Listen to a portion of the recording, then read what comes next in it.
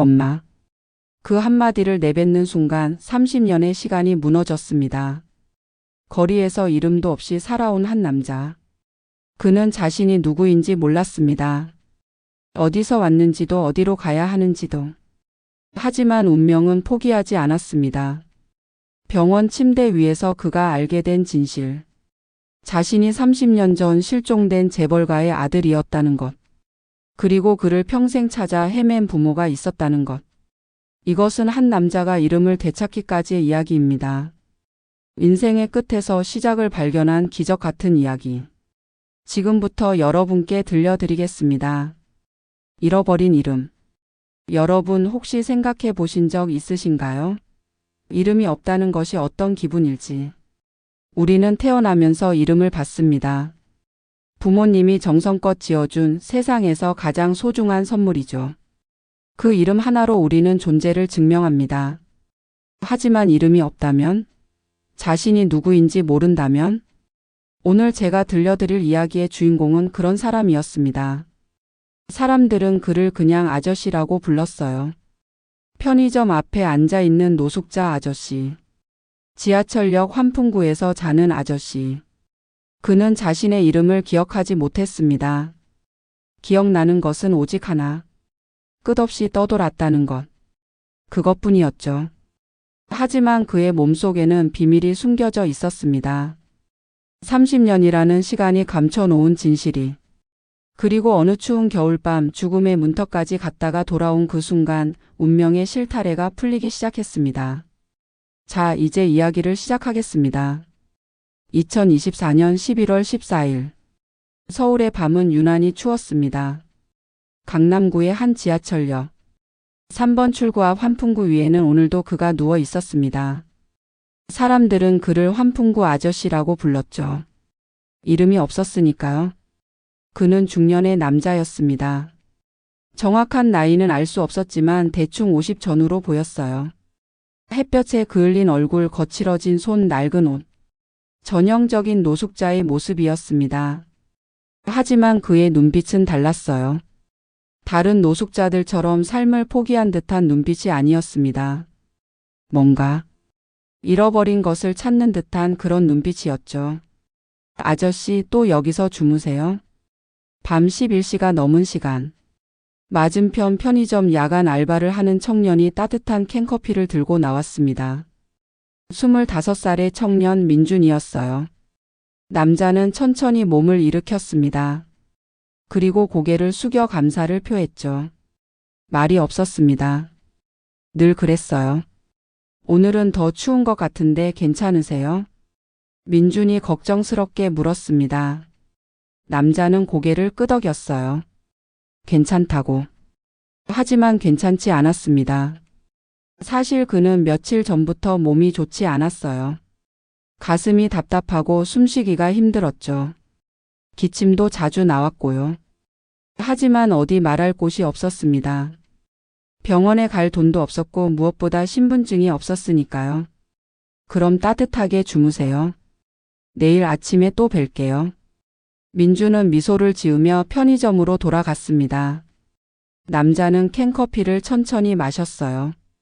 따뜻한 온기가 손에서 몸으로 전해졌습니다. 감사했어요. 이런 작은 친절이. 그는 다시 환풍구 위에 누웠습니다. 낡은 담요로 몸을 덮었죠. 하늘을 올려다봤어요. 별이 보이지 않았습니다. 도시의 불빛 때문이었죠. 문득 이런 생각이 들었습니다. 나는 누구였을까? 늘 하는 생각이었어요. 기억나는 게 없었으니까요. 가장 오래된 기억은 대략 20살 무렵부터였습니다. 어느 시골 마을의 버스 정류장. 그곳에서 정신을 차렸을 때 자신이 누구인지 몰랐어요. 어떻게 그곳에 왔는지도 어디서 왔는지도. 그저 몸에는 누더기 같은 옷만 걸쳐져 있었고 주머니에는 아무것도 없었죠. 그렇게 30년을 떠돌았습니다. 일용직 노동을 하며 근근히 살아갔어요. 어디 하나 정착하지 못하고 끊임없이 움직였죠. 왜 그랬을까요? 자신도 몰랐습니다. 다만 한 가지. 뭔가를 찾고 있다는 느낌만 있었어요. 무엇을 찾는지는 몰랐지만 잠깐의 침묵. 그날 밤 남자는 평소보다 심하게 가슴이 조였습니다. 숨을 쉴 때마다 날카로운 통증이 찾아왔어요. 식은땀이 흘렀고 손발이 차가워졌죠. 이상하다. 그는 몸을 일으키려 했습니다. 하지만 힘이 없었어요. 시야가 흐릿해졌습니다. 환풍구의 따뜻한 바람도 느껴지지 않았죠. 이러다가 죽는 건가? 이상하게도 두렵지 않았어요. 오히려 편안했습니다. 그렇게 삶이 끝나는 것도 나쁘지 않다고 생각했죠. 하지만 아저씨, 민준의 목소리가 들렸습니다. 급하게 달려오는 발소리. 119예요. 여기 사람이 쓰러졌어요. 빨리 와주세요. 의식이 희미해지는 가운데 남자는 누군가 자신의 손을 잡는 것을 느꼈어요. 따뜻했습니다. 아, 누군가 내 손을 잡아주는구나. 그것이 마지막 생각이었습니다. 환자분 들리세요? 눈 뜨실 수 있어요? 누군가의 목소리가 들렸습니다. 여자 목소리였어요. 부드러웠죠. 남자는 천천히 눈을 떴습니다. 하얀 천장, 형광등 불빛, 소독약 냄새. 여기는 병원? 정신 차리셨네요. 다행이에요. 간호사가 미소 지으며 말했습니다. 남자는 주변을 둘러봤어요. 병실이었습니다. 6인실이었죠. 여기가 어디죠? 목소리가 쉬어 있었어요. 강남 성심병원 입원실이에요. 3일 전에 응급실로 실려 오셨어요. 중증 폐렴이셨거든요. 3일이나. 네, 계속 의식이 없으셨어요. 정말 위험하셨어요. 간호사는 차트를 보며 말했습니다. 지금은 많이 좋아지셨어요. 하지만 좀 더 입원 치료를 받으셔야 해요. 남자는 고개를 끄덕였습니다. 그러다 문득 걱정이 들었어요. 치료비는? 그건 걱정 안 하셔도 돼요. 응급의료 지원으로 처리됐어요.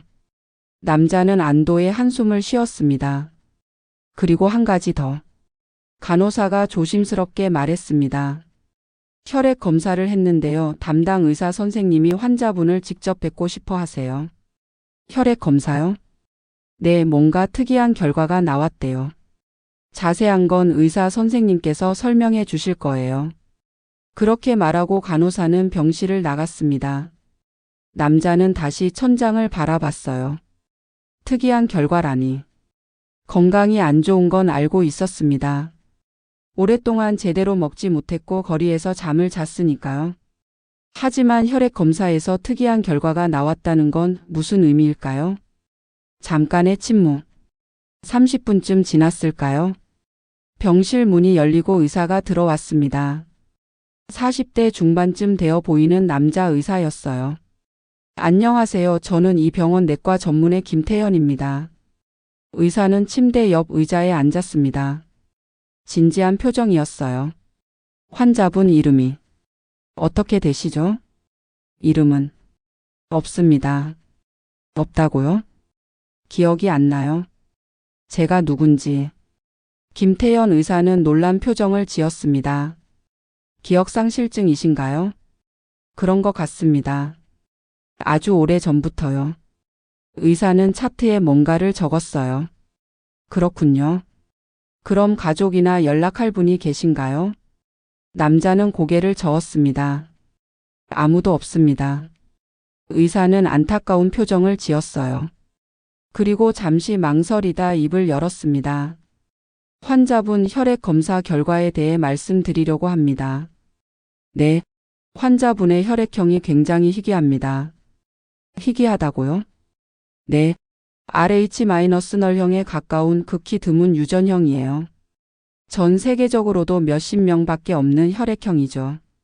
남자는 놀라서 의사를 바라봤어요. 그게 무슨...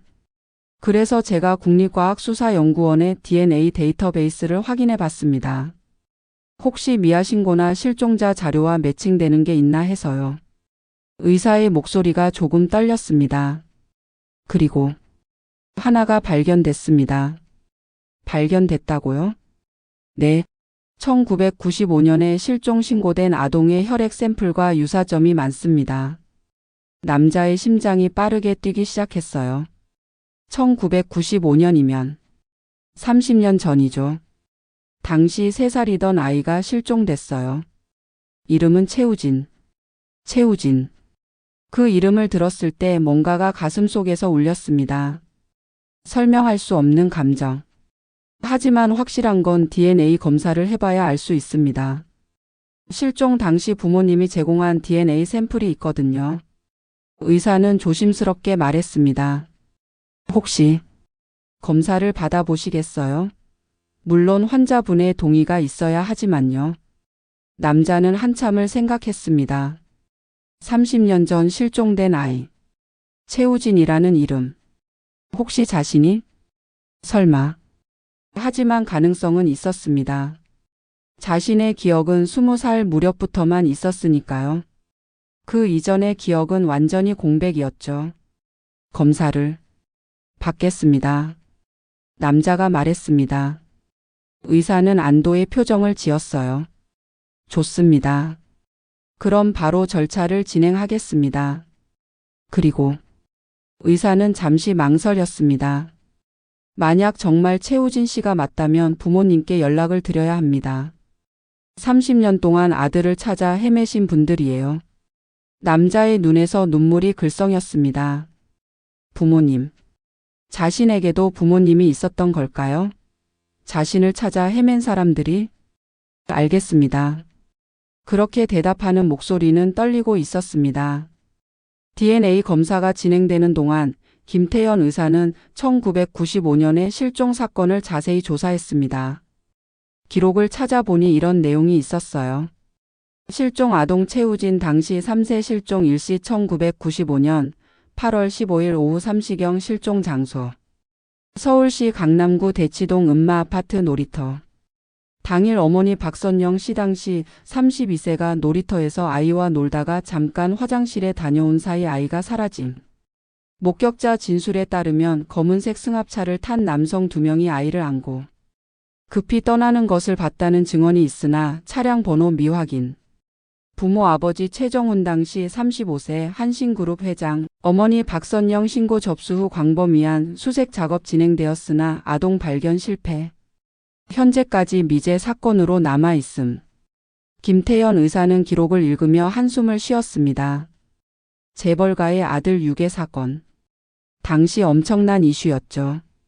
온 나라가 아이를 찾기 위해 나섰지만 결국 찾지 못했습니다. 그리고 30년이 흘렀죠. 만약 정말 그 아이라면. 의사는 조심스럽게 최정훈 회장의 연락처를 찾았습니다. 현재 70대 초반. 은퇴 후 사회봉사 활동을 하고 있다는 기록이 있었어요. 아직 DNA 결과가 나오지 않았어.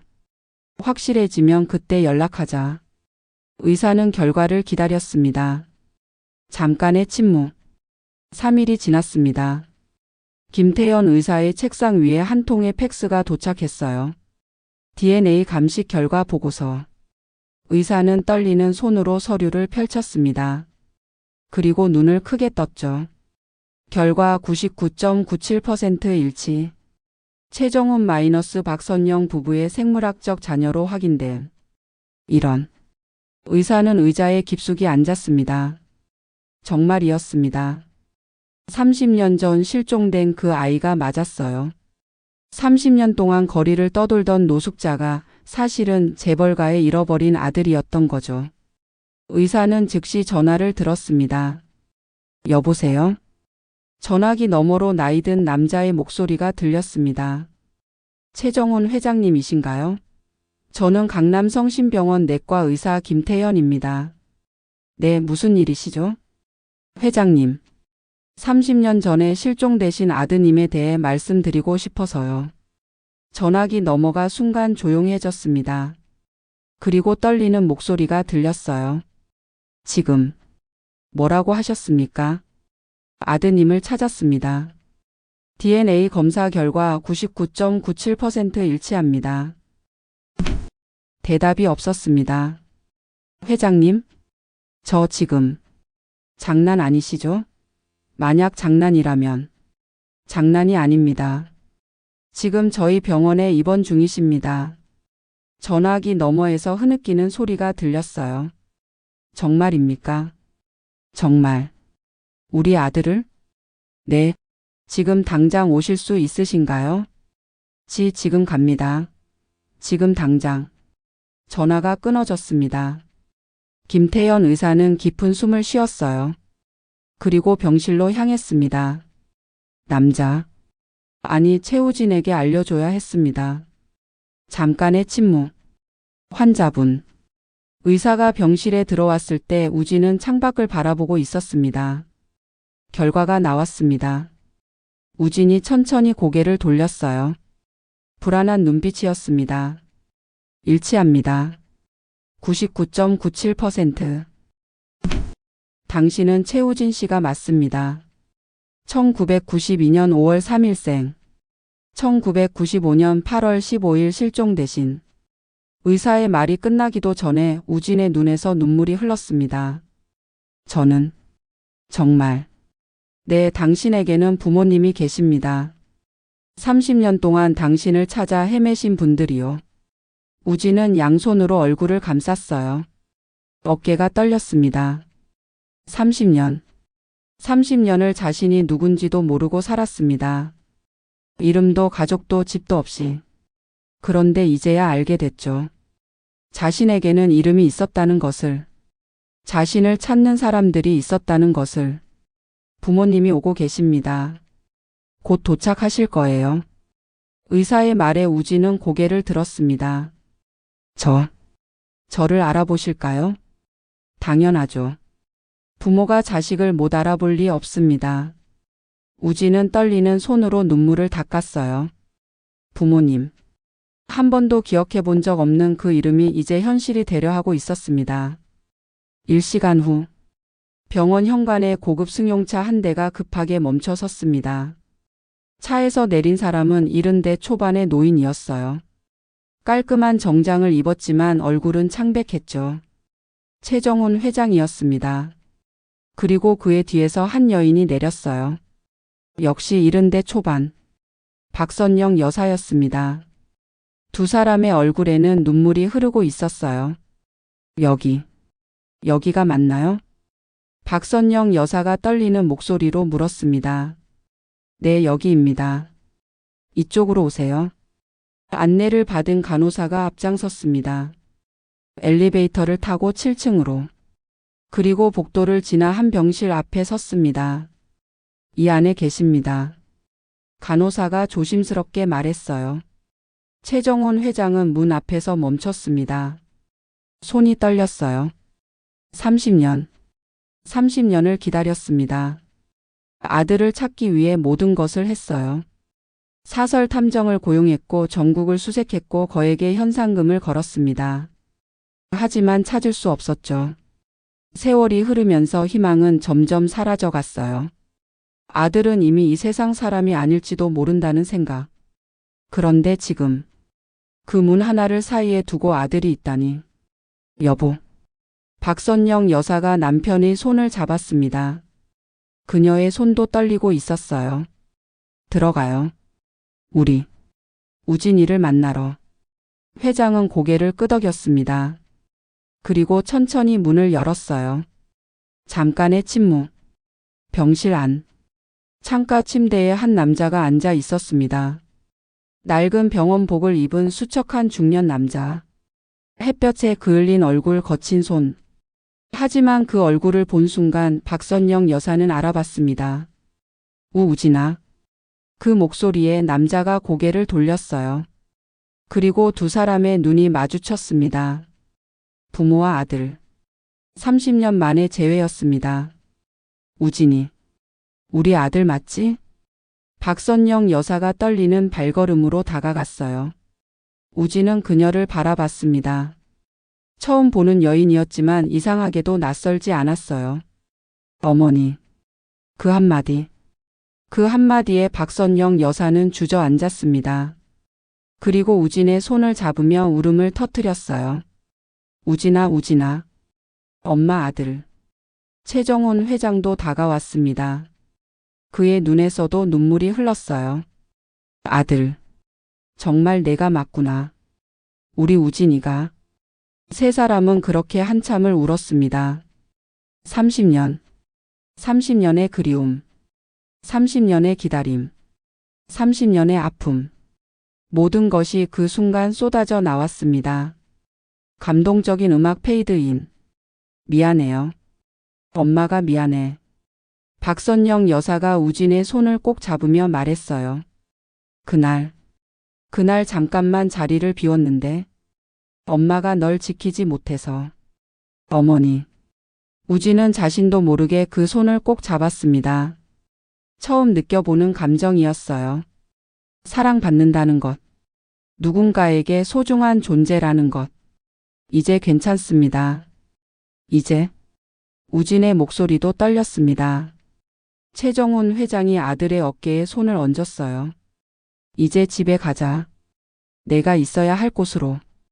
30년이 늦었지만 이제라도. 네, 아버지. 그 호칭이 낯설었지만 동시에 너무나 자연스러웠습니다. 김태현 의사는 문 밖에서 그 장면을 지켜보고 있었어요. 그의 눈에도 눈물이 맺혔습니다. 의사로서 수많은 환자를 봤지만 이런 감동적인 순간은 처음이었죠. 음악 페이드 아웃. 재회의 감동이 가라앉은 후 가족은 경찰서로 향했습니다. 30년 전 실종 사건을 다시 조사해야 했기 때문이에요. 강남경찰서 중대범죄수사팀. 베테랑 형사 강민수가 그들을 맞이했습니다. 회장님 오랜만입니다. 강 형사님. 아직도 근무 중이시군요. 네, 정년까지 3년 남았습니다. 강민수 형사는 우진을 바라봤어요. 감회가 깊은 표정이었습니다. 우진 씨. 정말 우진 씨가 맞군요. 제가 30년 전 실종 사건을 담당했었습니다. 그러셨군요. 당시에 정말 열심히 찾았는데. 죄송합니다. 아닙니다. 이렇게라도 찾았으니. 형사는 파일을 꺼냈습니다.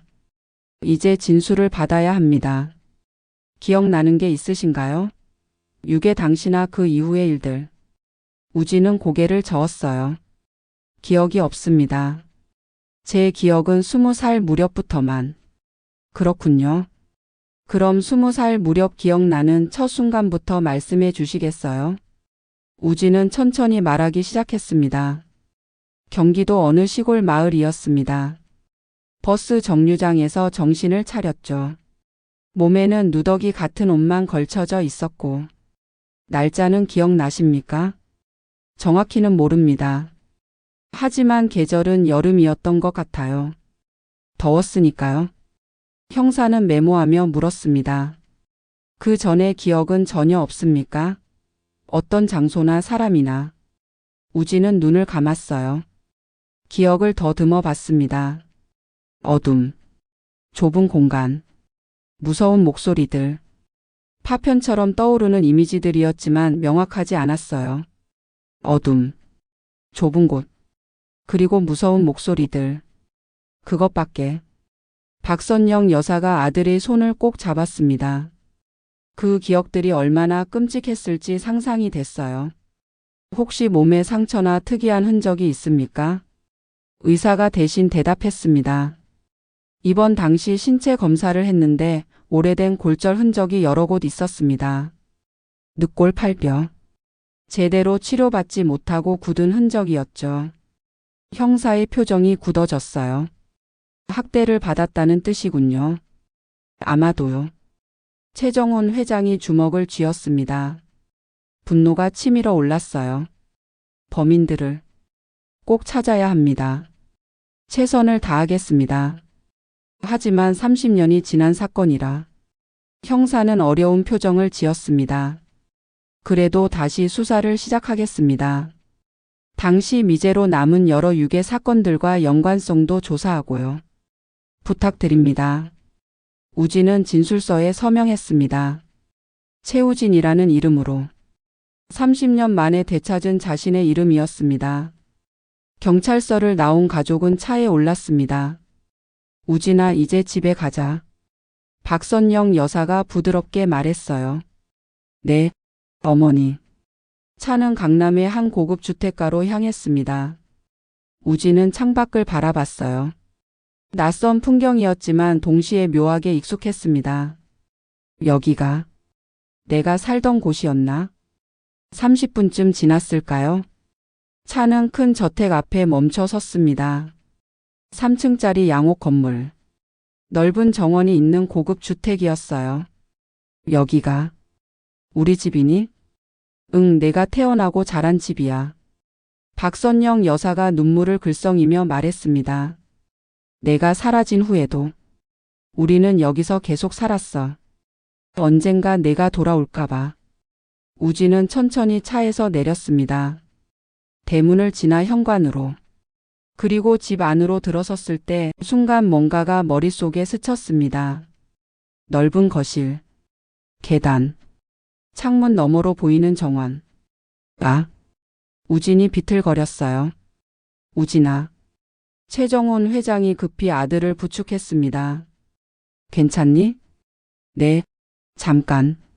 뭔가가 기억이 떠오르는 거니? 우진은 고개를 끄덕였습니다. 아주 희미하지만 이 집에서의 기억들이 조금씩 떠오르기 시작했어요. 엄마의 품, 아빠의 웃음소리, 따뜻한 햇살이 들어오는 거실. 여기가 정말 제가 살던 곳이네요. 박선영 여사가 아들을 안았습니다. 그래, 여기가 내 집이야. 내가 돌아올 곳. 우진은 어머니의 품에 얼굴을 묻었어요. 태어나서 처음 느껴보는 안정감이었습니다. 집. 평생 찾아 헤매던 그곳을 이제야 찾았습니다. 그날 밤, 우진은 자신의 방에 누워 있었습니다. 부모님이 30년 동안 그대로 보관해온 방이었어요. 어린 아이의 침대, 장난감들, 작은 책상. 모든 것이 그날 그대로였습니다. 우진은 천장을 바라봤어요. 여기가 내 방이었구나. 눈을 감았습니다. 그리고 기억을 더듬어 봤어요. 조금씩, 아주 조금씩 기억의 파편들이 떠올랐습니다. 부드러운 피아노 음악. 우진아, 밥 먹자. 엄마의 목소리. 엄마, 공룡 보러 가자. 4살 우진이의 목소리. 그래, 주말에 가자. 자연사 박물관에. 와. 티라노사우루스 볼 수 있어? 응, 볼 수 있지. 따뜻한 기억이었습니다. 그리고 또 다른 기억. 아빠, 이거 뭐예요? 이건 지구본이야. 우리가 사는 지구를 작게 만든 거지. 우와. 신기해요. 우진이도 크면 세계 여행할 거야. 아빠랑 같이. 정말요? 응, 약속. 행복한 기억들이었어요. 하지만 그 다음에 떠오른 기억은 달랐습니다. 음악이 불안하게 변함. 놀이터. 따뜻한 여름날. 우진아, 엄마 잠깐 화장실 다녀올게. 여기서 놀고 있어. 네, 엄마. 그네를 타고 놀던 우진이. 그때 얘 아저씨가 아이스크림 사줄까? 낯선 남자가 다가왔습니다. 아저씨 누구예요? 아저씨는 내 아빠 친구야. 자, 같이 가자. 싫어요. 엄마가 모르는 사람 따라가지 말래요. 괜찮아, 금방이야. 남자가 우진이의 팔을 잡았어요. 놔요. 놔달라고요. 조용히 해. 남자의 손이 우진이의 입을 막았습니다. 그리고 다른 남자가 나타났어요. 빨리 차로. 우진이는 차에 실렸습니다. 울부짖으며 저항했지만 소용없었어요. 엄마, 엄마. 하지만 엄마는 들을 수 없었습니다. 음악 멈춤. 우진은 벌떡 일어나 앉았습니다. 온몸이 식은땀으로 젖어 있었어요. 하. 기억이 돌아왔습니다. 그날의 기억이. 유괴당하던 순간의 공포가. 방문이 열리고 박선영 여사가 들어왔습니다. 우진아, 괜찮니? 비명 소리가 들려서. 어머니. 우진은 떨리는 목소리로 말했습니다. 기억이 조금 돌아왔어요. 그날에 박선영 여사가 아들을 안았어요. 괜찮아, 이제 괜찮아. 엄마가 여기 있어. 무서웠어요. 정말 무서웠어요. 알아? 엄마도 알아. 미안해. 두 사람은 그렇게 한참을 안고 있었습니다. 다음 날, 가족의 권유로 우진은 정신과 전문의를 만나게 됐습니다. 강남의 한 심리치료센터. 안녕하세요, 우진 씨. 저는 정신과 전문의 이지은입니다. 40대 초반의 여의사가 따뜻하게 인사했어요. 앉으세요. 편하게 대화 나누면 됩니다. 우진은 소파에 앉았습니다. 제가 부모님께 들었습니다. 어젯밤에 기억이 조금 돌아왔다고요. 네, 유괴당하던 순간이. 그게 첫 기억인가요? 네, 그 이후는 여전히 기억이 안 나요. 이지은 의사는 차분하게 고개를 끄덕였어요. 우진 씨 지금 겪고 있는 건 외상후 스트레스 장애 그리고 해리성 기억상실의 일종입니다. 해리성 기억상실이요? 네. 극심한 트라우마를 겪으면 뇌가 스스로를 보호하기 위해 기억을 차단하는 경우가 있어요. 특히 어린 나이에 겪은 충격적인 사건은 더욱 그렇죠. 의사는 계속 설명했습니다. 우진 씨는 3살에 유괴당했어요. 그 후 어떤 일들을 겪었는지는 모르지만 분명 끔찍한 경험이었을 겁니다. 그래서 내가 그 기억들을 봉인해버린 거예요.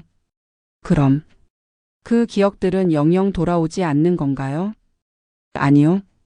지금 안전하고 안정적인 환경에 있으니 조금씩 돌아올 수 있습니다. 하지만 급하게 서두르면 안 돼요. 의사는 우진의 눈을 바라봤습니다. 기억이 돌아오는 건 고통스러운 과정일 수 있습니다. 그 기억들은 행복한 것들이 아니니까요. 그래도 알고 싶어요. 제가 어떻게 살아왔는지. 알겠습니다. 그럼 천천히 함께 찾아가 봅시다. 그렇게 우진의 심리치료가 시작됐습니다. 일주일이 지났습니다. 우진은 조금씩 집에 적응해 갔어요. 하지만 쉽지 않았습니다. 30년 동안 거리에서 살았던 사람이 갑자기 재벌가의 생활에 적응한다는 게. 우진아, 아침이야. 식사하러 가자. 박선영 여사가 방문을 두드렸습니다. 네, 어머니. 우진은 옷을 입고 나왔어요. 부모님이 사준 새 옷이었죠. 식당으로 내려가니 긴 테이블에 화려한 음식들이 차려져 있었습니다. 집사와 요리사들이 시중을 들고 있었어요. 이게 정말 내 삶이었나? 우진은 아직도 믿기지 않았습니다. 우진아, 여기 앉아. 아버지 최정훈 회장이 옆자리를 가리켰어요. 식사가 시작됐습니다. 하지만 우진은 어색했어요. 이렇게 많은 수저와 포크를 어떻게 써야 할지 몰랐거든요. 우진아, 괜찮아. 편하게 먹어. 어머니가 부드럽게 말했습니다. 우진은 고개를 숙였어요. 부끄러웠습니다. 30년 동안 거리에서 생활하다 보니 제대로 된 식사 예절을 배울 기회가 없었거든요. 우진아, 아버지가 말했습니다. 천천히 배우면 돼. 서두를 필요 없어. 죄송합니다. 미안해 할 것 없어. 넌 아무 잘못이 없단다. 아버지의 눈에 눈물이 맺혔어요. 잘못은 우리가 했어. 널 지키지 못한 게. 아버지. 이제부터라도 좋은 아버지가 될게. 30년치를 채워줄게. 우진의 눈에서도 눈물이 흘렀습니다. 잠깐의 침묵. 식사 후 최정훈 회장은 우진을 서재로 불렀습니다. 우진아, 앉아라. 우진은 소파에 앉았어요. 회장은 서류 몇 장을 꺼냈습니다. 이건 내 출생증명서야. 그리고 이건 주민등록증 재발급 신청서고. 주민등록증이요? 응. 내가 실종된 후에도 우리는 내 주민등록을 말소하지 않았어. 언젠가 돌아올 거라고 믿었거든. 회장은 계속 말했습니다. 이제 신분증을 새로 발급받고 내 재산도 되찾아야 해. 재산이요? 내가 태어났을 때 우리는 내 이름으로 신탁을 만들었어. 지금까지 30년 동안 불어났지. 회장은 다른 서류를 보여줬어요. 대략 500억 원 정도 된다. 500억이요? 우진은 믿을 수 없다는 표정을 지었습니다. 어제까지 노숙자였던 사람이 갑자기 500억 원의 재산을 가진 사람이 됐다니. 하지만 우진아, 돈이 중요한 게 아니야. 아버지가 우진의 손을 잡았습니다. 중요한 건 내가 돌아왔다는 거야. 내가 살아있다는 거. 그것만으로 우리는 행복해. 아버지. 천천히 적응하렴. 우리가 도와줄게. 우진은 고개를 끄덕였습니다. 그날 저녁. 현관문이 열리는 소리가 들렸습니다. 어머니, 아버지. 젊은 남자의 목소리였어요. 박선영 여사가 반갑게 맞이했습니다. 민준아, 왔구나. 네, 급하게 오라고 하셔서. 무슨 일이세요? 최민준. 32살의 청년이었습니다. 우진의 남동생이었죠. 우진이 실종된 후 2년 뒤에 태어난 아이였어요. 민준아, 거실로 가자. 내게 소개할 사람이 있어. 누구요? 거실로 들어선 민준은 소파에 앉아있는 낯선 남자를 봤습니다. 누구세요? 최정훈 회장이 말했습니다. 민준아. 내 형이야. 내 친형 최우진이. 예. 민준은 얼어붙었어요. 형이라고요? 30년 전에 실종된? 그래, 찾았어. 내 형을. 민준은 우진을 빤히 바라봤습니다. 복잡한 감정이 얼굴에 드러났어요. 사실 민준은 형의 존재를 알고 있었습니다. 어릴 때부터 부모님께 들었죠. 너에게는 형이 있었단다. 하지만 어릴 때 잃어버렸어.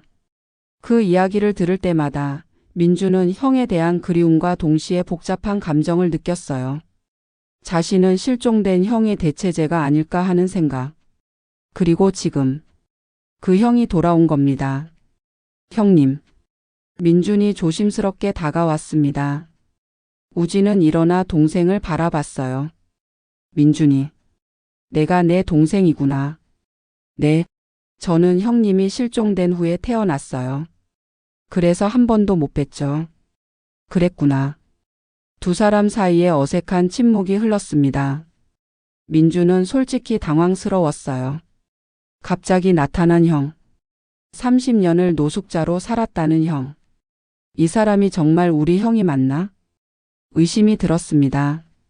하지만 부모님의 표정을 보니 의심의 여지가 없었어요. 형님, 반갑습니다. 민준이 손을 내밀었습니다. 우진도 손을 잡았어요. 나도 반가워, 민준아. 박선영 여사가 두 아들을 바라보며 미소 지었습니다. 이제 우리 가족이 완전해졌구나. 하지만 민준의 마음속에는 복잡한 감정들이 소용돌이치고 있었습니다. 그날 밤, 민준은 자신의 아파트로 돌아왔습니다. 소파에 털썩 앉아 한숨을 쉬었어요. 형이라니. 30년 동안 존재하지 않았던 사람. 그런데 갑자기 나타났어요. 민준은 사실 복잡한 처지였습니다. 그는 한신그룹의 후계자로 교육받아 왔어요. 유학도 다녀왔고 지금은 그룹의 임원으로 일하고 있었죠. 하지만 이제 형이 돌아왔습니다. 장남은 형님이잖아. 그렇다면 후계 구도는 어떻게 되는 걸까요? 민준은 고개를 저었어요. 아니야, 그런 생각하면 안 돼. 형님은 피해자야. 30년 동안 고생하셨는데. 하지만 마음 한구석에서는 불안함이 사라지지 않았습니다. 전화벨이 울렸어요. 아내 수진이었습니다. 여보, 부모님 댁 다녀왔어? 응. 무슨 일이래요? 갑자기 급하게 오시래서. 민준은 한참을 망설이다 말했습니다. 형이 나타났어. 형이요? 실종됐던 형님이요? 응. DNA 검사로 확인됐대. 전화 넘어가 조용해졌습니다. 그리고 수진이 조심스럽게 물었어요. 그럼 회사는 어떻게 되는 거예요? 모르겠어. 아직 그런 얘기는 안 나왔어. 당신 지금까지 후계자로 교육받아온 거 알잖아요. 그런데 갑자기. 나도 알아. 하지만 어쩔 수 없잖아. 민준이 목소리를 높였습니다. 형님은 아무 잘못이 없어. 유괴당해서 30년을 고생하신 거라고. 알아요. 미안해요. 너무 놀라서. 나도 혼란스러워. 근데 어쩌겠어. 받아들여야지. 민주는 전화를 끊었습니다. 그리고 창밖을 바라봤어요. 형님, 우리 어떻게 지내야 할까요? 며칠 후 소식이 언론에 알려졌습니다. 30년 전 실종 재벌가 아들 노숙자로 발견. 한신그룹 장남 최우진 씨 기적적으로 가족 품에. DNA 검사로 확인. 30년의 미스터리 풀려. 뉴스는 온통 이 이야기로 가득했어요. 최정훈 회장은 기자회견을 열었습니다. 수많은 기자들이 모인 가운데 회장은 떨리는 목소리로 말했습니다.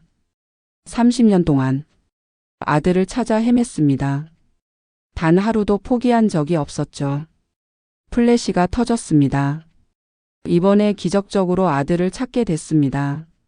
하지만 그 30년이 아들에게 얼마나 큰 상처를 남겼는지 생각하면 가슴이 찢어집니다. 회장의 눈에서 눈물이 흘렀어요. 부디 저희 가족이 평온을 되찾을 때까지 지켜봐 주시기 바랍니다. 기자들이 질문을 쏟아냈습니다. 우진 씨의 건강 상태는 어떻습니까? 회복 중입니다. 신체적으로나 정신적으로. 30년 동안 무슨 일이 있었습니까? 아직 정확히 파악하지 못했습니다. 본인도 기억 상실로 많은 부분을 기억하지 못하고 있습니다. 그룹 경영권에는 변화가 있을 예정입니까? 회장은 잠시 침묵했습니다. 지금은 그런 것을 논할 때가 아닙니다. 우선은 아들이 건강을 회복하는 게 중요합니다. 기자회견이 끝난 후 뉴스는 더욱 뜨거워졌습니다. 인터넷에는 온갖 추측과 댓글들이 쏟아졌어요. 진짜 감동적이다. 30년 만에 가족을 찾다니. 노숙자로 살았다니. 얼마나 힘들었을까. 근데 재산 상속은 어떻게 되는 거지? 동생 입장에서는 좀 복잡하겠네. 우진은 집에서 뉴스를 봤습니다. 자신에 대한 이야기가 전국에 퍼지는 게 낯설었어요. 우진아, 괜찮니? 어머니가 걱정스럽게 물었습니다. 네, 그냥 조금 부담스러워요. 그럴 수 있어. 하지만 곧 잠잠해질 거야. 우진은 고개를 끄덕였습니다. 하지만 마음 한구석이 무거웠어요. 나 때문에 가족들이 힘들어하는 건 아닐까? 2주가 지났습니다. 우진의 건강은 많이 회복됐어요. 우진아, 오늘 밖에 나가볼까? 아버지 최정훈 회장이 제안했습니다. 밖에요? 응. 운동도 할 겸 산책이나 하자. 우진은 망설였어요. 아직 밖으로 나가는 게 두려웠거든요. 하지만 결국 고개를 끄덕였습니다. 네, 가보겠습니다. 차를 타고 남산으로 향했어요. 남산 산책로.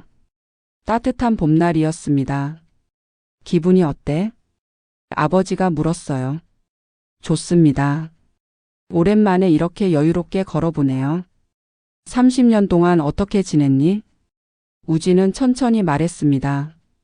일용직 노동을 많이 했어요. 건설 현장이나 집 나르는 일이나 하루 벌어 하루 먹고 사는 생활이었죠. 힘들었겠구나. 괜찮았어요. 오히려 그렇게 바쁘게 지내니까 외롭지 않았거든요. 아버지의 눈에 눈물이 맺혔습니다. 미안하다. 정말 미안해. 아버지 잘못이 아닙니다. 아니야. 내가 널 지키지 못했어. 아버지로서. 우진이 아버지의 손을 잡았어요. 이제 괜찮습니다. 이렇게 찾았잖아요. 두 사람은 한참을 걸었습니다. 잔잔한 음악. 벤치에 앉아 서울 시내를 내려다봤어요. 저 도시 어딘가에서 살았겠죠. 30년 동안. 우진이 말했습니다. 이렇게 가까이에 있었는데 왜 못 찾았을까? 운명이었나 봐. 이제야 만날 때가 된 거지. 회장은 아들의 어깨에 손을 얹었습니다. 우진아, 앞으로 뭐 하고 싶니? 잘 모르겠어요. 아직. 천천히 생각해봐. 하고 싶은 거 있으면 뭐든 해. 아빠가 도와줄게. 감사합니다, 아버지. 그때 우진의 눈에 한 사람이 들어왔습니다. 젊은 청년이 편의점 앞에 앉아 있었어요. 노숙자로 보였습니다. 우진은 자리에서 일어났습니다. 아버지, 잠깐만요. 그리고 그 청년에게 다가갔어요. 안녕하세요. 청년이 고개를 들었습니다. 26쯤 되어 보였어요. 괜찮으세요? 네. 우진은 지갑에서 돈을 꺼냈습니다. 10만 원이었어요. 이거 쓰세요. 밥 사드시고. 청년의 눈이 커졌습니다. 이렇게 많이. 괜찮아요. 힘내세요. 우진은 미소 지으며 돌아섰습니다. 아버지가 물었어요. 아는 사람이니? 아니요. 그냥. 저도 얼마 전까지 저런 삶을 살았으니까요. 남일 같지가 않아서. 회장은 아들을 안아줬습니다. 착한 아이. 우리 아들 정말 착해. 우진은 아버지의 품에서 처음으로 진정한 안정을 느꼈습니다. 그날 밤, 우진은 또다시 악몽을 꿨습니다. 불안한 음악, 어둡고 좁은 방, 차가운 시멘트 바닥, 가만히 있어. 거친 남자의 목소리. 어린 우진이가 울고 있었어요. 엄마, 엄마, 닥쳐. 시끄러워. 남자가 우진이를 때렸습니다. 고통, 공포, 외로움. 왜 안 먹어? 배 안 고파요. 이 자식이. 또다시 폭력. 세월이 흘렀습니다. 우진이는 조금씩 자랐어요. 하지만 여전히 그 좁은 방에 갇혀 있었죠. 넌 버려진 아이야. 아무도 널 안 찾아. 아니에요. 엄마가. 너 엄마는 널 포기했어. 그러니까 여기 있는 거야. 어린 우진이의 눈에서 눈물이 흘렀습니다. 시간이 더 흘렀습니다. 어느 날, 이 자식 이제 쓸모없어. 처리하자. 그냥 버려. 어차피 기억도 못할 거야.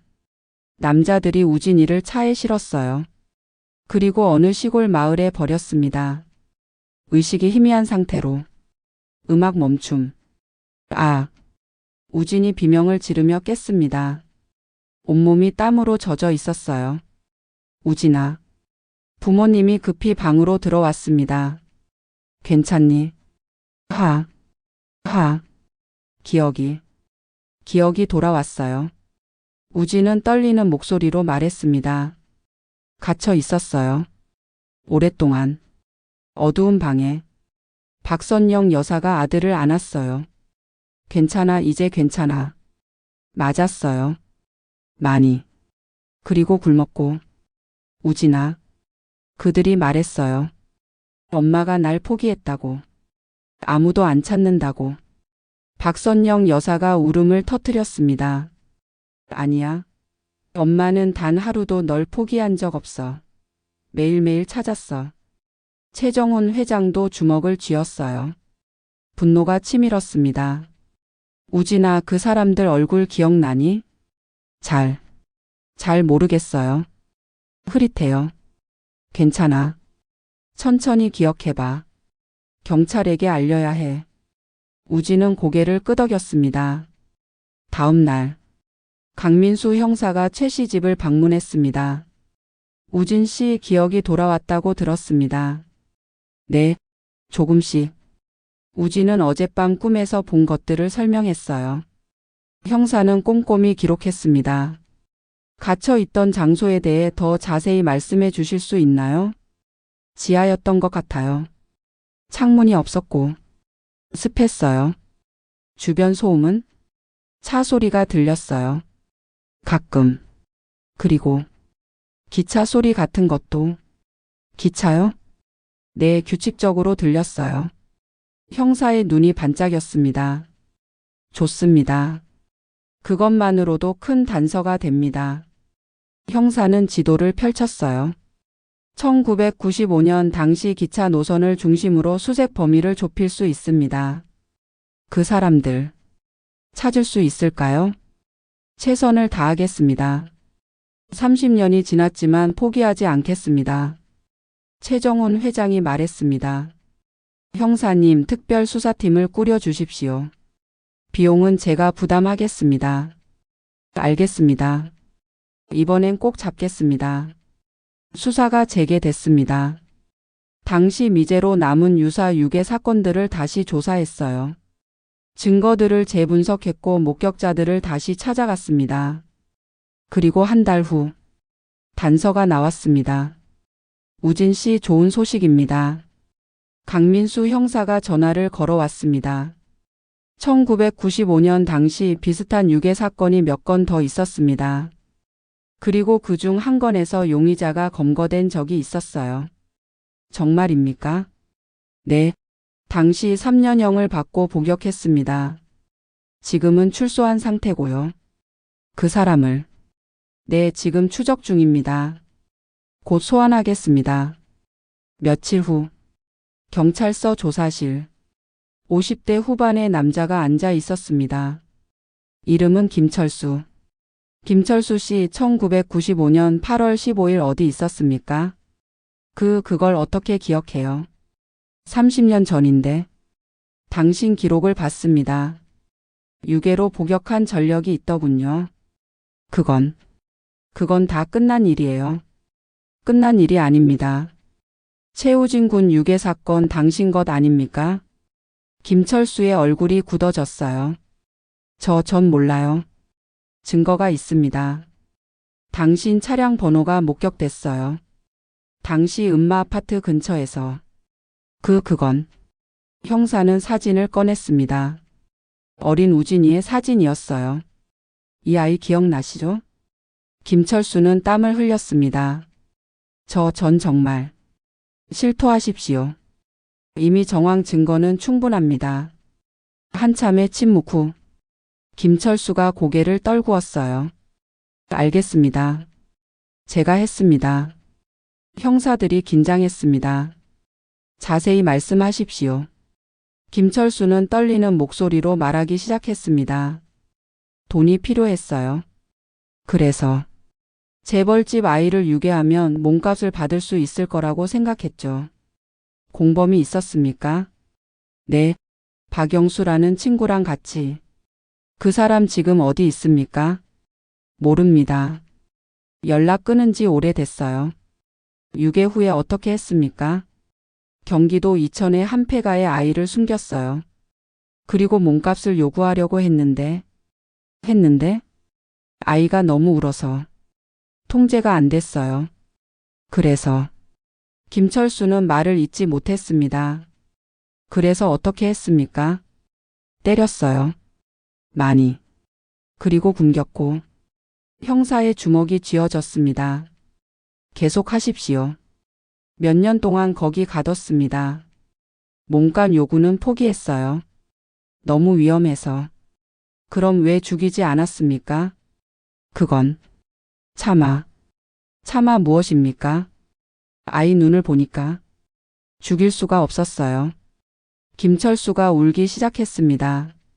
미안합니다. 정말 미안합니다. 제가 미쳤었어요. 그래서 어떻게 됐습니까? 아이가 10살쯤 됐을 때 박영수가 그냥 버리자고 했어요. 어차피 기억도 못할 거라고. 그래서 시골 마을에 버렸습니다. 의식을 잃게 한 다음에 형사는 녹음을 멈췄습니다. 그리고 전화를 들었어요. 우진 씨, 범인을 잡았습니다. 일주일 후 우진은 경찰서로 향했습니다. 범인과 대면하기 위해서였어요. 우진 씨, 준비되셨습니까? 강민수 형사가 물었습니다. 네, 만나고 싶습니다. 괜찮으시겠어요? 힘드실 수도 있습니다. 괜찮습니다. 우진은 조사실 앞에 섰습니다. 문 너머에 김철수가 있었어요. 깊은 숨을 쉬고 문을 열었습니다. 긴장감 있는 음악. 김철수는 고개를 숙이고 있었어요. 우진이 들어오자 천천히 고개를 들었습니다. 두 사람의 눈이 마주쳤습니다. 김철수의 눈에서 눈물이 흘렀어요. 미안합니다. 정말 미안합니다. 우진은 그를 빤히 바라봤습니다. 기억이 떠올랐어요. 그 목소리, 그 얼굴. 30년 전 자신을 때렸던 그 남자. 당신 때문에. 우진의 목소리가 떨렸습니다. 제 인생이 망가졌습니다. 알아요. 알아요. 죄송합니다. 30년을 이름도 모르고 살았어요. 가족도 몰랐고 제가 누군지도 몰랐어요. 정말 미안합니다. 우진은 주먹을 쥐었습니다. 분노가 치밀었어요. 하지만 그는 천천히 주먹을 풀었습니다. 당신을 용서하지 않을 겁니다. 절대로. 알아요. 하지만 당신 때문에 제 남은 인생까지 망치고 싶지 않아요. 우진은 돌아섰습니다. 법의 심판을 받으세요. 그게 당신이 할 수 있는 유일한 속죄입니다. 그리고 조사실을 나왔어요. 밖에서 기다리던 부모님이 달려왔습니다. 우진아, 괜찮니? 네, 괜찮습니다. 우진은 미소 지었어요. 이제 정말 끝났어요. 과거는 이제 과거로. 박선영 여사가 아들을 안았습니다. 잘했어. 정말 잘했어. 김철수는 결국 징역 20년을 선고받았습니다. 공범 박영수도 곧 검거됐고 같은 형량을 받았어요. 30년 만에 사건이 해결됐습니다. 6개월이 흘렀습니다. 우진은 조금씩 새로운 삶에 적응해 갔어요. 심리치료를 계속 받았고 가족들과 함께 시간을 보냈습니다. 어느 날 우진은 서재에서 책을 읽고 있었어요. 최정훈 회장이 들어왔습니다. 우진아, 잠깐 얘기 좀 하자. 내 아버지. 회장은 우진 옆에 앉았습니다. 이제 좀 괜찮니? 건강은? 많이 좋아졌습니다. 다행이구나. 그럼 이제 앞으로 계획을 생각해봐야 할 것 같은데. 계획이요? 응. 공부를 하든 일을 하든 뭔가를 해야 하지 않겠니? 우진은 잠시 생각했습니다. 사실은 하고 싶은 게 있습니다. 뭔데? 노숙자들을 돕고 싶어요. 회장은 놀란 표정을 지었어요. 노숙자들을? 네, 제가 그렇게 살았으니까요. 그들의 마음을 알아요. 우진은 계속 말했습니다. 많은 노숙자들이 저처럼 어쩔 수 없는 사연을 가지고 있어요. 가족을 잃었거나 사고를 당했거나 아프거나. 그렇겠구나. 그들을 도울 수 있는 재단을 만들고 싶습니다. 쉼터도 만들고 일자리도 제공하고. 회장은 아들을 바라봤어요. 눈물이 글썽였습니다. 정말 착한 아이구나. 그렇게 고생했으면서도. 제가 그 고통을 알기 때문에 더 돕고 싶어요. 회장은 아들의 손을 잡았습니다. 그래 하자. 아빠가 도와줄게. 감사합니다, 아버지. 내 이름으로 재단을 만들자. 우진 재단이라고. 우진은 미소 지었습니다. 처음으로 진정한 삶의 목표가 생긴 것 같았어요. 3개월 후 우진 사회복지재단이 설립됐습니다. 초기 자본금 100억 원. 최우진이 이사장으로 취임했어요. 기자회견장. 우진은 떨리는 목소리로 말했습니다. 저는 30년을 거리에서 살았습니다. 플래시가 터졌습니다. 그 시간 동안 많은 분들의 도움을 받았습니다. 따뜻한 커피 한 잔, 작은 주먹밥 하나. 그것들이 저를 살게 했죠. 우진의 눈에 눈물이 맺혔어요. 이제 제가 돌려줄 차례입니다. 이 재단을 통해 거리의 이웃들에게 희망을 주고 싶습니다. 박수가 터져 나왔습니다. 쉼터를 만들겠습니다. 따뜻한 잠자리와 식사를 제공하는 곳을요. 직업 교육도 제공하겠습니다. 다시 일어설 수 있도록. 그리고 무엇보다 그들의 이야기를 들어주겠습니다. 그들도 존중받아야 할 사람들이니까요. 청중들이 일어나 박수를 쳤습니다. 기자회견이 끝난 후 한 청년이 우진에게 다가왔어요. 이사장님, 저 기억하세요? 우진이 얼굴을 자세히 봤습니다. 혹시 민준이? 네, 편의점에서 일하던. 맞아. 너 나 살려줬잖아. 그날 119에 신고해준. 두 사람은 얼싸안았습니다. 어떻게 된 거예요? 뉴스에서 봤어요. 진짜 놀랐어요. 나도 놀랐어. 내가 재벌집 아들이었다니. 민준이 웃었습니다. 그래도 다행이에요. 이렇게 다시 만나서. 너 지금 뭐해? 아, 저는 아직 편의점에서 일하고 있어요. 대학생이거든요. 우진이 명함을 꺼냈어요. 우리 재단에서 일해볼래? 봉사자로라도. 정말요? 응. 넌 좋은 사람이야. 나 같은 사람을 도와줬잖아. 민주는 감격했습니다. 꼭 하겠습니다. 6개월 후 서울 역삼동의 첫 번째 쉼터가 문을 열었습니다. 우진의 집이라는 이름이었어요. 10명을 수용할 수 있는 규모. 깨끗한 침대, 샤워시설, 식당이 있었죠. 개소식 날 우진은 직접 거리로 나가 사람들을 초대했어요. 여기 따뜻한 곳이 있어요. 오세요. 처음에는 사람들이 의심했습니다. 또 무슨 속셈이야? 종교 단체 아니야? 하지만 우진은 포기하지 않았어요. 저도 노숙자였어요. 여러분 마음 알아요. 그냥 따뜻한 밥 한 끼 편안한 잠자리 제공하고 싶을 뿐이에요. 조금씩 사람들이 모여들었습니다. 첫날 15명이 왔어요. 일주일 후에는 30명. 한 달 후에는 10명이 꽉 찼습니다. 따뜻한 음악. 저녁 식사 시간. 우진은 함께 밥을 먹었어요. 이사장님, 왜 이런 일을 하세요? 한 노인이 물었습니다. 제가 여러분과 같았으니까요. 그래도 이제 부자잖아요. 편하게 살 수 있는데. 편한 게 행복은 아니에요. 제가 정말 행복한 건 지금 이 순간입니다.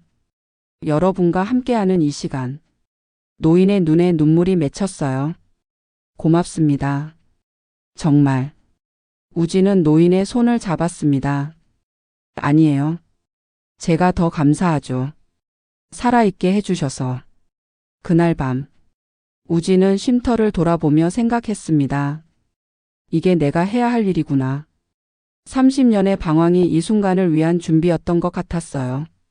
어느 날 동생 민준이 우진을 찾아왔습니다. 형님, 시간 있으세요? 민준아, 그래. 무슨 일이야? 얘기 좀 하고 싶어서요. 두 사람은 카페에 앉았습니다. 민준은 한참을 망설이다 입을 열었어요. 형님, 솔직히 말씀드릴게요. 응, 말해봐. 처음에 형님이 돌아오셨을 때 저는 혼란스러웠어요. 우진은 조용히 들었습니다. 평생 저는 장남으로 자랐거든요. 부모님의 기대를 받으며 회사 경영을 배웠고, 그게 제 인생의 전부였어요. 그랬겠구나. 그런데 갑자기 형님이 나타나신 거예요. 진짜 장남이. 민준의 목소리가 떨렸습니다. 부끄럽지만 저는 불안했어요. 제 자리를 잃을까봐. 민준아. 하지만 형님을 보면서 깨달았어요. 민준이 우진을 바라봤습니다. 형님은 회사나 재산에 관심이 없으시잖아요. 그저 다른 사람들을 돕고 싶어 하시고. 그래. 그 모습을 보면서 부끄러웠어요. 저는 뭘 위해 살아왔나. 돈과 권력만 생각했던 제가. 민준의 눈에 눈물이 맺혔어요. 형님, 죄송해요. 처음에 제대로 환영해 드리지 못해서. 우진은 동생의 손을 잡았습니다. 민준아, 내 마음 이해해. 당연한 거야. 형님, 너는 30년 동안 최선을 다해 살아왔어. 부모님을 기쁘게 해드리려고 노력했고, 그게 잘못된 게 아니야. 하지만, 그리고 나는 정말 회사에 관심 없어. 내가 하고 싶은 건 따로 있거든. 우진은 미소 지었습니다. 우리 서로 다른 길을 가면 되는 거야. 너는 회사를 잘 이끌고 나는 내 방식으로 사람들을 돕고. 민준이 고개를 들었어요. 정말 괜찮으세요? 물론이지. 오히려 고마워. 30년 동안 내가 없을 때 내가 부모님을 지켜줘서. 두 형제는 얼싸안았습니다. 형님 사랑합니다. 나도 사랑해 민준아. 감동적인 음악. 그날 이후 두 형제는 진정한 가족이 됐습니다. 어느 날 아침. 우진은 베개 밑에서 편지 한 통을 발견했어요. 어머니의 필체였습니다. 사랑하는 우진에게 이 편지를 쓰는 엄마의 손이 떨린다. 30년을 기다려온 아들에게 무슨 말을 해야 할지. 우진아, 내가 사라진 그날을 엄마는 평생 잊을 수가 없어. 잠깐, 정말 잠깐 자리를 비웠을 뿐인데 돌아왔을 때 내가 없었어. 그날부터 엄마의 시간은 멈춰버렸어. 매일 밤 악몽을 꿨어. 우진이가 어디선가 엄마를 찾으며 울고 있을 거라는. 춥고 배고프고 무서워하고 있을 거라는. 엄마는 미쳐버릴 것 같았어. 전국을 다 뒤졌어. 사설 탐정도 고용하고 무당도 찾아가고 점쟁이도 만나고 기도도 수없이 했어. 하지만 너는 나타나지 않았어. 사람들은 말했어. 이제 포기하세요. 너무 오래됐어요. 아이는 아마. 하지만 엄마는 포기할 수 없었어. 너는 엄마의 아들이니까. 엄마의 심장이니까. 내 방을 그대로 뒀어. 혹시 돌아왔을 때 낯설까봐. 내 장난감도 내 옷도 모든 걸 그대로. 30년. 긴 시간이었어. 아빠는 머리가 하얗게 새고 엄마는 주름이 가득해졌어. 하지만 기다렸어. 언젠가 내가 돌아올 거라고 믿었어. 그리고 정말로 돌아왔구나. 우진아, 너를 처음 봤을 때 엄마는 알았어. 내 얼굴을 봤을 때, 내 눈을 봤을 때, 아, 우리 아들이다 하고. 30년이 지났어도 너는 여전히 엄마의 아기야. 내가 얼마나 고생했을지 생각하면 엄마는 가슴이 찢어져. 추웠을 텐데. 외로웠을 텐데. 무서웠을 텐데. 미안해 우진아. 엄마가 지켜주지 못해서. 하지만 이제부터는 달라. 이제부터는 엄마가 평생 널 지켜줄게. 다시는 너를 놓지 않을 거야. 내가 하고 싶은 일을 하렴. 내가 돕고 싶은 사람들을 도우렴. 엄마는 항상 내 뒤에서 응원할게. 사랑한다 우진아. 세상 그 무엇보다 사랑한다. 내가 살아서 돌아와줘서 고마워. 다시 엄마라고 불러줘서 고마워. 엄마가. 편지를 다 읽은 우진의 눈에서 눈물이 주르륵 흘렀습니다. 어머니. 그는 방문을 열고 나갔어요.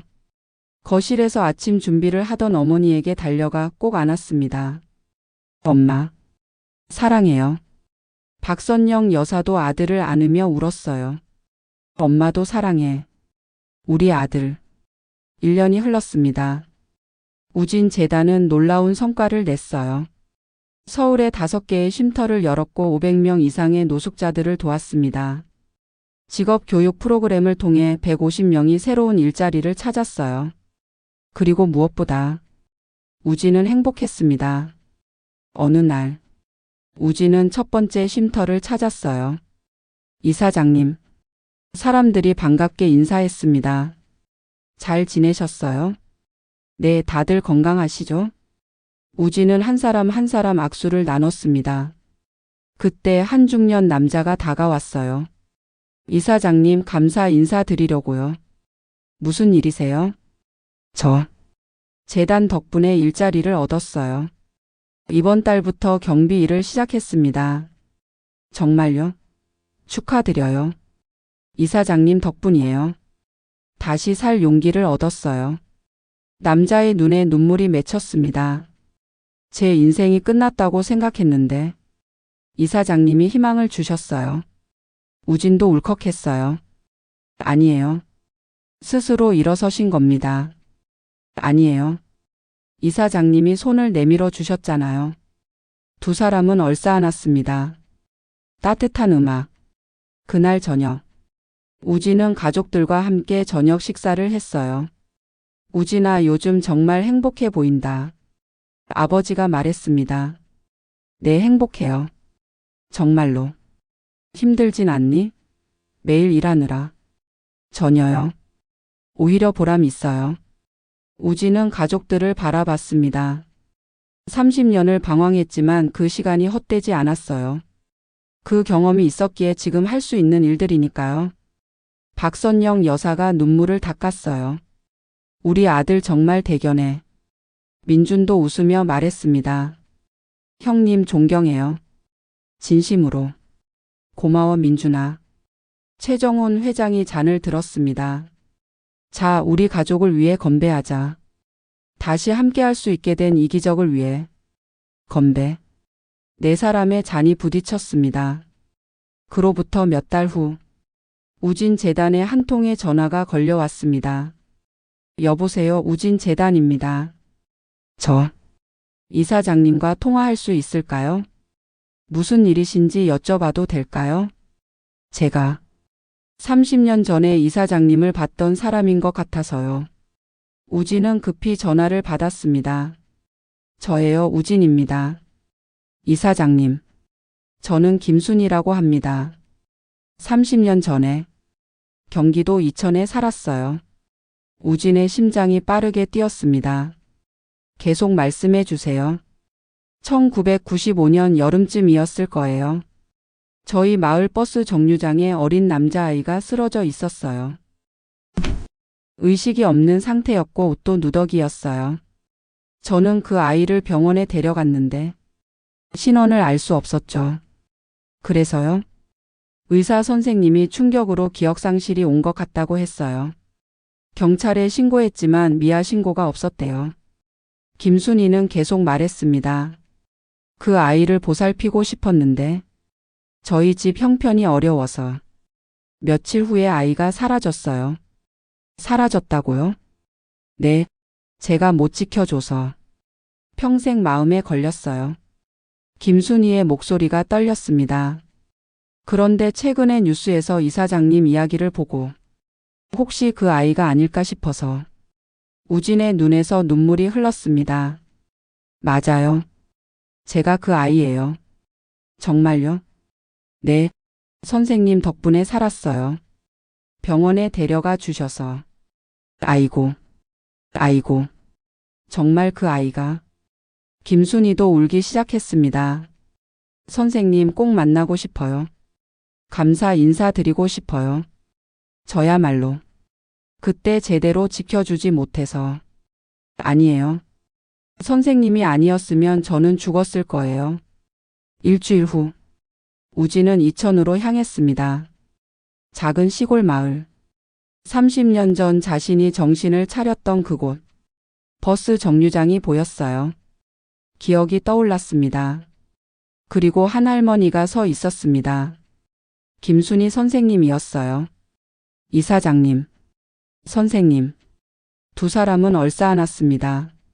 살아계셔서. 정말 다행이에요. 선생님 덕분입니다. 정말 감사합니다.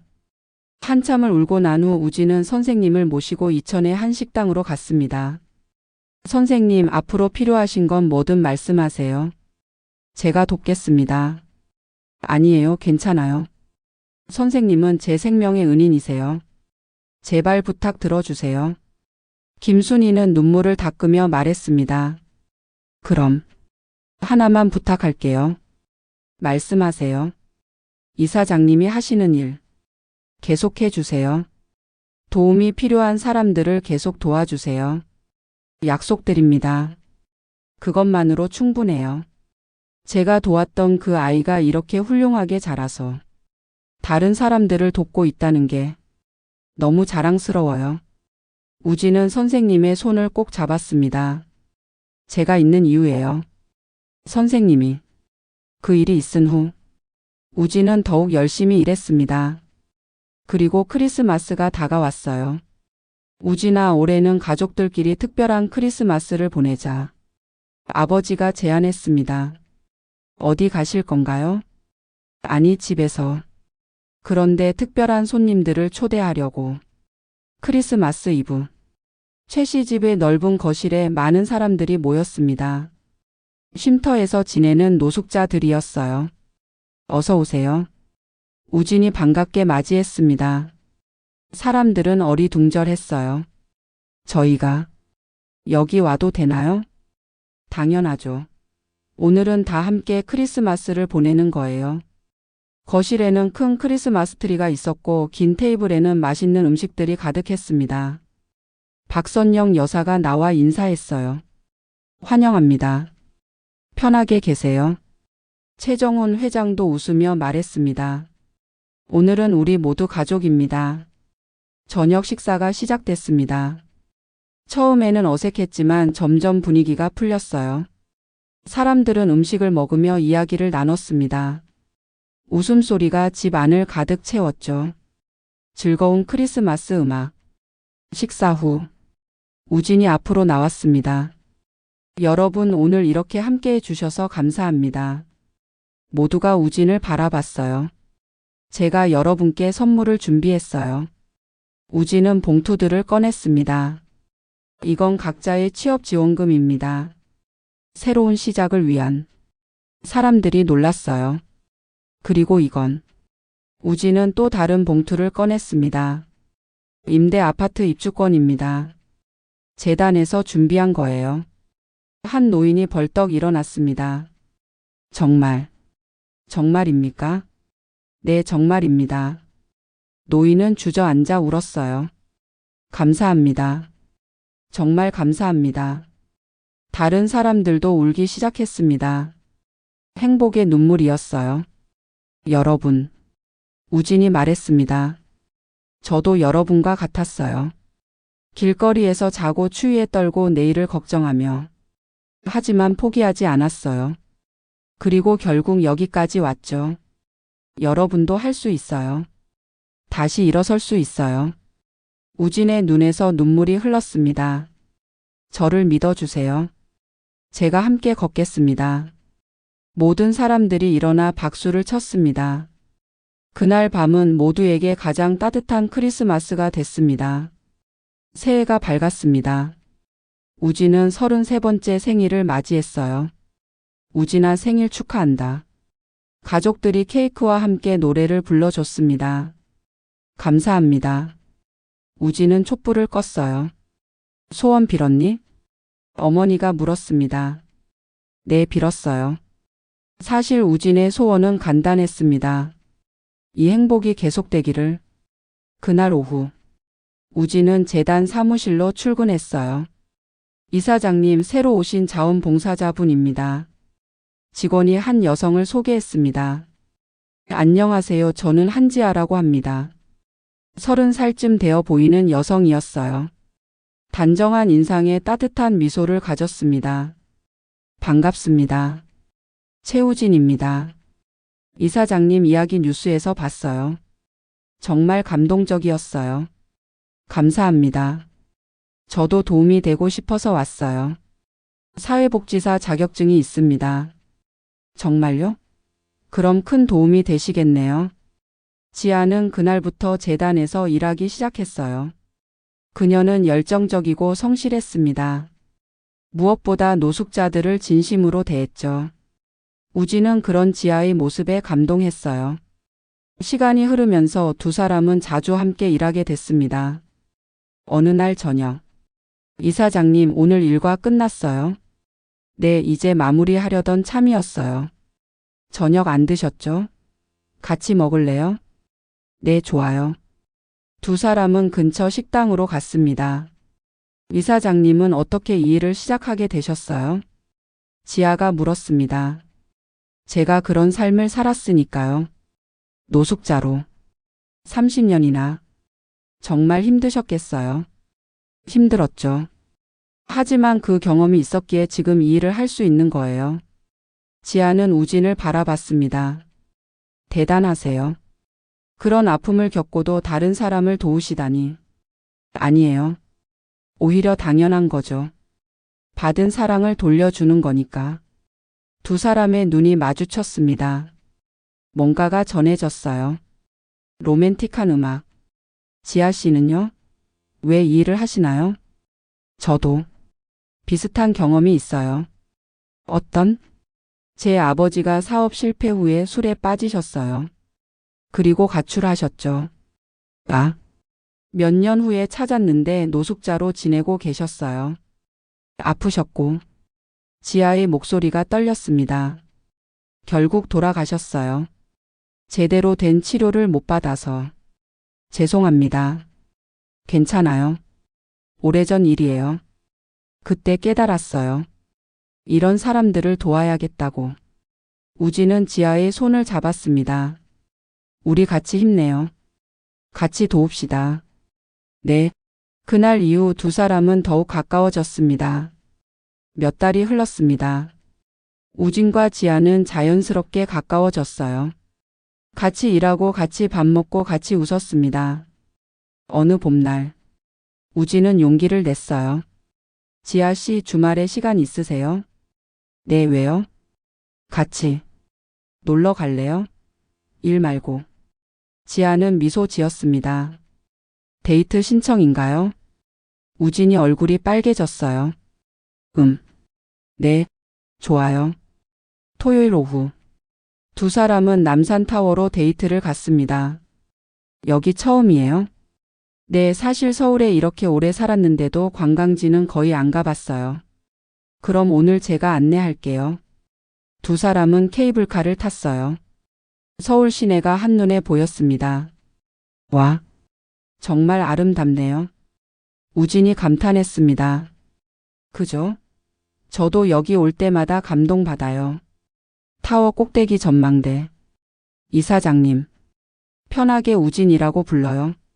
그럼, 우진 씨. 네, 지아 씨. 궁금한 게 있어요. 뭔데요? 30년을 기억 없이 사셨잖아요. 외롭지 않으셨어요? 우진은 잠시 생각했습니다. 외로웠죠. 정말 많이. 특히 밤에. 밤마다 생각했어요. 나는 누구일까? 어디서 왔을까? 나를 찾는 사람은 없을까? 우진의 눈빛이 슬펐어요. 하지만 포기하지 않았어요. 언젠가 답을 찾을 거라고 믿었죠. 그리고 찾으셨네요. 네, 찾았어요. 가족도 이름도 그리고. 우진이 지아를 바라봤습니다. 새로운 인연도. 지아의 얼굴이 빨개졌어요. 저도 우진 씨를 만나서 행복해요. 저도요. 두 사람은 손을 잡았습니다. 로맨틱한 음악. 해가 지고 야경이 펼쳐졌어요. 지아 씨. 네? 제가 좋아해도 될까요? 지아는 미소 지었습니다. 저도 이미 좋아하고 있어요. 우진은 지아를 안았습니다. 30년 만에 처음으로 느껴보는 사랑이었습니다. 우진은 지아를 가족에게 소개했습니다. 어머니, 아버지. 소개하고 싶은 사람이 있어요. 누군데? 저는 한지아라고 합니다. 지아가 공손하게 인사했어요. 박선영 여사는 지아를 보자마자 좋아했습니다. 어머, 정말 예쁘시네요. 감사합니다. 우진이랑 어떻게 만나셨어요? 재단에서 함께 일하고 있어요. 최정훈 회장도 만족스러운 표정을 지었어요. 좋은 일을 하고 계시는군요. 네, 이사장님 덕분에 보람 있는 일을 하고 있습니다. 저녁 식사 자리. 지아 씨 가족은 어떻게 되세요? 어머니와 단둘이 살고 있어요. 아버지는 돌아가셨고. 아, 그러셨구나. 힘드셨겠네요. 괜찮아요. 이제 엄마랑 잘 살고 있어요. 박선영 여사가 지아의 손을 잡았습니다. 우진이를 잘 부탁해요. 네, 저야말로 잘 부탁드립니다.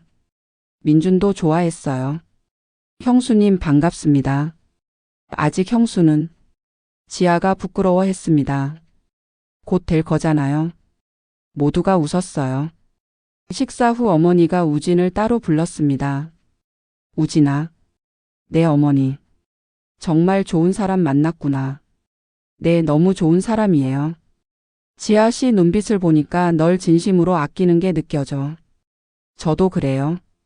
지아는 제게 처음으로. 우진의 목소리가 떨렸습니다.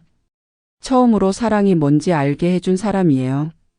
어머니가 아들을 안았습니다. 행복해라, 우진아. 너는 행복할 자격이 있어. 감사합니다, 어머니. 6개월 후, 우진은 특별한 날을 계획했습니다. 재단 설립 2주년 기념일이자 지아에게 청혼하는 날.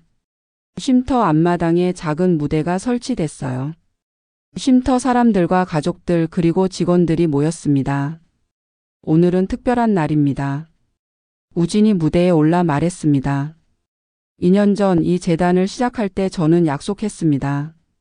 어려운 이웃들과 함께 걷겠다고. 박수가 터졌어요.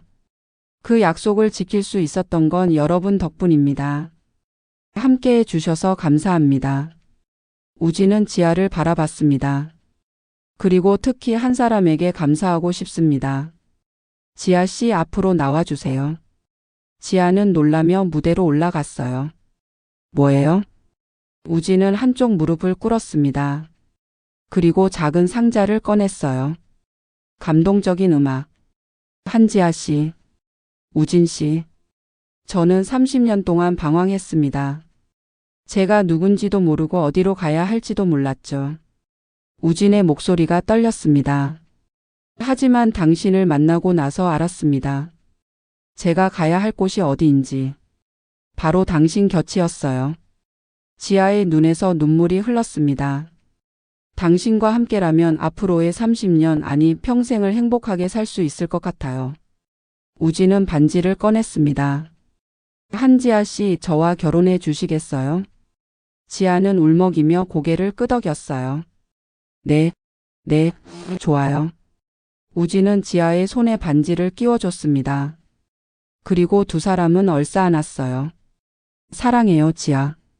저도 사랑해요, 우진 씨. 모든 사람들이 환호하며 박수를 쳤습니다. 박선영 여사는 눈물을 닦으며 말했어요. 우리 아들이 정말 행복하겠구나. 최정훈 회장도 미소 지었습니다. 그래, 이제 완전한 가족이 되는 거야. 6개월 후, 봄날 아름다운 결혼식이 열렸습니다. 장소는 서울의 한 호텔. 하지만 특별한 점이 있었어요. 하객의 절반이 노숙자들이었습니다. 이사장님, 결혼식인데 저희가 와도 되나요? 당연하죠. 여러분은 제 가족이에요. 우진은 모든 쉼터 사람들을 초대했습니다. 그리고 정장을 준비해줬어요. 결혼식 날, 우진은 턱시도를 입고 단상에 섰습니다. 결혼 행진곡. 지아가 입장했어요. 순백의 드레스를 입은 그녀는 천사 같았습니다. 우진의 눈에서 눈물이 흘렀어요. 정말 내가 결혼을 하다니. 30년 전 거리에서 떠돌던 그 남자가 이제 누군가의 남편이 되는 것이었습니다. 지아가 단상에 올라왔어요. 두 사람은 손을 잡았습니다. 주례 선생님이 말했습니다. 신랑 최우진 씨는 특별한 인생을 살아온 분입니다. 어린 나이에 가족과 헤어져 30년을 홀로 방황했죠.